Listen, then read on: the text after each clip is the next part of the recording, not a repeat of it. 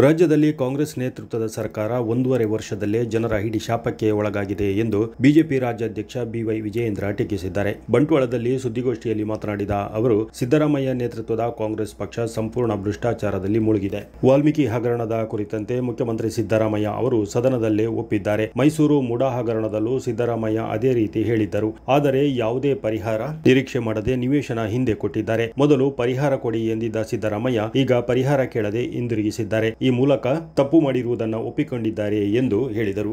ಆದರೆ ಯಾವುದೇ ಪರಿಹಾರವನ್ನ ನಿರೀಕ್ಷೆ ಮಾಡದೇನೆ ಮುಖ್ಯಮಂತ್ರಿಗಳು ಅಥವಾ ಮುಖ್ಯಮಂತ್ರಿಗಳ ಕುಟುಂಬ ಇವತ್ತು ನಿವೇಶನವನ್ನ ಹಿಂದಿರುಗಿಸತಕ್ಕಂತ ಪ್ರಯತ್ನ ಮಾಡ್ತಾ ಇದ್ದಾರೆ ಅಂತ ಹೇಳಿದ್ರೆ, ರಾಜ್ಯದ ಮುಖ್ಯಮಂತ್ರಿಗಳು ಸಿದ್ದರಾಮಯ್ಯನವರು ಮೂಡಾ ಹಗರಣದಲ್ಲಿ ತಾವು ತಪ್ಪು ಎಸಗಿದ್ದೇವೆ ಅನ್ನೋದನ್ನ ರಾಜ್ಯದ ಜನತೆ ಮುಂದೆ ಒಪ್ಪಿಕೊಂಡಿದ್ದಾರೆ. ಆರ್ಥಿಕ ಸಂಕಷ್ಟದಲ್ಲಿ ಸಿಲುಕಿರುವ ಕಾಂಗ್ರೆಸ್ ಸರ್ಕಾರ ಅಭಿವೃದ್ಧಿಗೆ ಹಣ ನೀಡುತ್ತಿಲ್ಲ. ಕಾಂಗ್ರೆಸ್ ಶಾಸಕ ರಾಜು ಕಾಗೆ ಅವರೇ ಸ್ವತಃ ಅನುದಾನ ಸಿಗುತ್ತಿಲ್ಲ. ಕ್ಷೇತ್ರದಲ್ಲಿ ತಲೆ ಎತ್ತಿ ನಡೆಯಲಾಗದೆ ಆತ್ಮಹತ್ಯೆಯ ಪರಿಸ್ಥಿತಿ ಇದೆ ಎಂದು ಹೇಳಿರುವುದನ್ನು ಉಲ್ಲೇಖಿಸಿದರು. ಕ್ಯಾಬಿನೆಟ್ನಲ್ಲಿ ಹುಬ್ಬಳ್ಳಿ ಗಲಭೆಯ ಆರೋಪಿಗಳ ಕೇಸು ವಾಪಸ್ ಪಡೆಯಲಾಗಿದೆ. ದೇಶದ್ರೋಹಿಗಳ ಕೇಸುಗಳನ್ನು ವಾಪಸ್ ಪಡೆಯಲಾಗುತ್ತಿದೆ. ಈ ಬಗ್ಗೆ ಎನ್ಐಎ ಸೇರಿದಂತೆ ಕರ್ನಾಟಕದ ಪೊಲೀಸರು ತನಿಖೆ ನಡೆಸುತ್ತಿದ್ದಾರೆ. ಹೀಗಿರುವಾಗಲೇ ಕೇಸು ವಾಪಸ್ ಪಡೆದಿರುವುದು ಅಕ್ಷಮ್ಯ ಅಪರಾಧ ಎಂದು ಟೀಕಿಸಿದರು. ಭ್ರಷ್ಟ ಕಾಂಗ್ರೆಸ್ ಸರ್ಕಾರ ಹಾಗೂ ಮುಖ್ಯಮಂತ್ರಿಗಳ ಜನವಿರೋಧಿ ನೀತಿ ಇದು. ಇಂತಹ ಹಿಂದೂ ವಿರೋಧಿ ಭ್ರಷ್ಟ ಸರ್ಕಾರದ ವಿರುದ್ಧ ರಾಷ್ಟ್ರಪತಿಗಳಿಗೆ ದೂರು ಕೊಡುತ್ತೇವೆ. ಭ್ರಷ್ಟ ಸರ್ಕಾರವನ್ನು ವಜಾ ಮಾಡಲು ರಾಷ್ಟ್ರಪತಿಗಳಿಗೆ ಮನವಿ ಸಲ್ಲಿಸುತ್ತೇವೆ. ಜನವಿರೋಧಿ ಕಾಂಗ್ರೆಸ್ ಸರ್ಕಾರಕ್ಕೆ ಬುದ್ಧಿ ಕಲಿಸಬೇಕಾದ ಅಗತ್ಯ ಇದೆ ಎಂದು ವಾಗ್ದಾಳಿ ನಡೆಸಿದರು.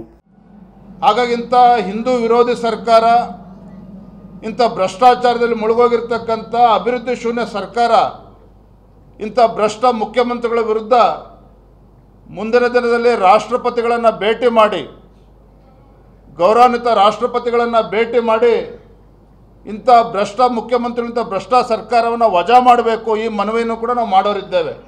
ವಿಧಾನ ಪರಿಷತ್ನ ಉಪಚುನಾವಣೆಯ ಕ್ಷೇತ್ರವನ್ನು ಹಾಲಿ ಸಂಸದ ಕೋಟಾ ಶ್ರೀನಿವಾಸ ಪೂಜಾರಿ ಅವರು ಪ್ರತಿನಿಧಿಸಿದ್ದರು. ಈ ಸಲ ಹಿಂದುತ್ವದ ಕಟ್ಟಾಳು ಕಿಶೋರ್ ಕುಮಾರ್ ಬೊಟ್ಯಾಡಿ ಅವರನ್ನ ಕಣಕ್ಕೆ ಇಳಿಸಿದ್ದೇವೆ. ಹಾಗಾಗಿ ಇಲ್ಲಿ ನಾವು ದೊಡ್ಡ ಅಂತರದಲ್ಲಿ ಮತ್ತೊಮ್ಮೆ ಗೆಲ್ಲುತ್ತೇವೆ ಎಂದು ವಿಶ್ವಾಸ ವ್ಯಕ್ತಪಡಿಸಿದರು. ಅಂತರದಲ್ಲಿ ಗೆಲ್ಲಿಸಬೇಕು ಕಿಶೋರ್ ಅವ್ರನ್ನ ಅಂತೇಳಿ ಈಗಾಗಲೇ ನಾವು ಪ್ರತಿಯೊಂದು ಕ್ಷೇತ್ರದಲ್ಲೂ ಕೂಡ ಗಟ್ಟಿಯಾಗಿ ಇವತ್ತೆಲ್ಲ ನಾವು ಕಾರ್ಯತಂತ್ರವನ್ನು ರೂಪಿಸಿದ್ದೇವೆ. ನಮಗೆ ಸಂಪೂರ್ಣವಾಗಿ ವಿಶ್ವಾಸ ಇದೆ.